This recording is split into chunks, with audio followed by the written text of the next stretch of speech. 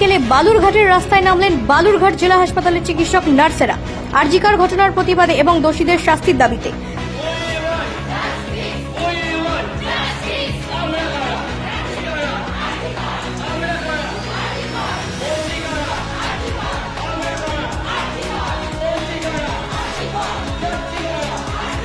বালুরঘাট জেলা হাসপাতাল থেকে বালুরঘাট বাস স্ট্যান্ড হয়ে জেলা মুখ্য স্বাস্থ্য আধিকারিক এর অফিস হয়ে জেলা প্রশাসনিক ভবন, বালুরঘাট থানা হয়ে শহর পরিক্রমা করে পুনরায় হাসপাতালে ফিরে যায় মিছিলটি।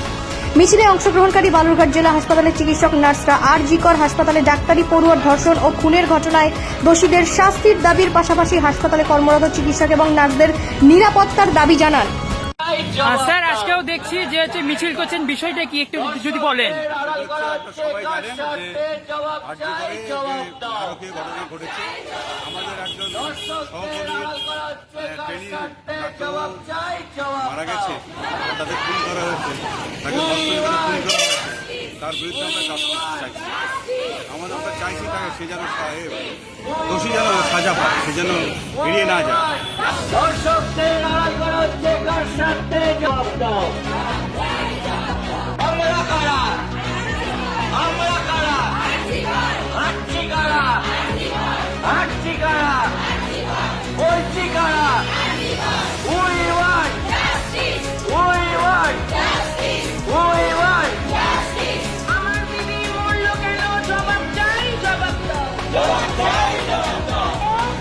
ব্যুরো রিপোর্ট, রাষ্ট্রীয় প্রসার বাংলা।